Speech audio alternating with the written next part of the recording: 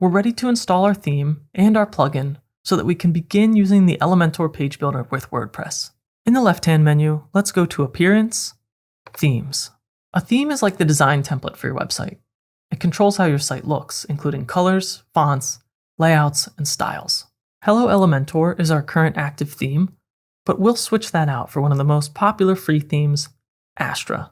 Click Add New Theme, then search Themes for Astra.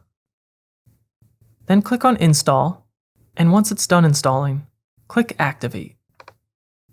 If we click on Theme Details for our Hello Elementor theme, we can delete this one. Now that our new theme is installed, we can install our Starter Templates plugin. In our menu, click Plugins. Plugins are extensions that can be installed on your WordPress website. Each plugin lets you add new features to your WordPress website, similar to apps for your smartphone. The Starter Templates plugin will give us access to hundreds of free templates that will make designing our website easier. Click Add Plugin, then search Plugins for Starter Templates.